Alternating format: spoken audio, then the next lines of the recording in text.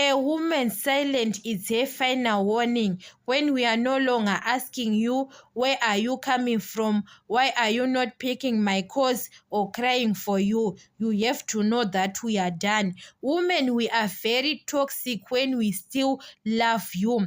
But when we are done, we can be silent. Now you are complaining that your wife is very toxic, talking too much. Women, we are very talkative when we still love a man.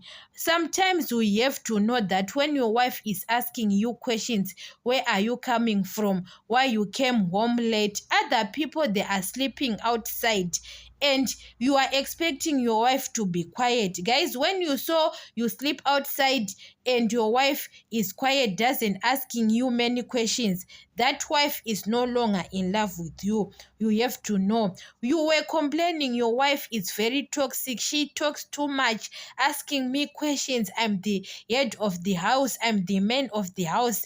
But she is asking me questions because she still loves you. And now you sleep outside. You came home late.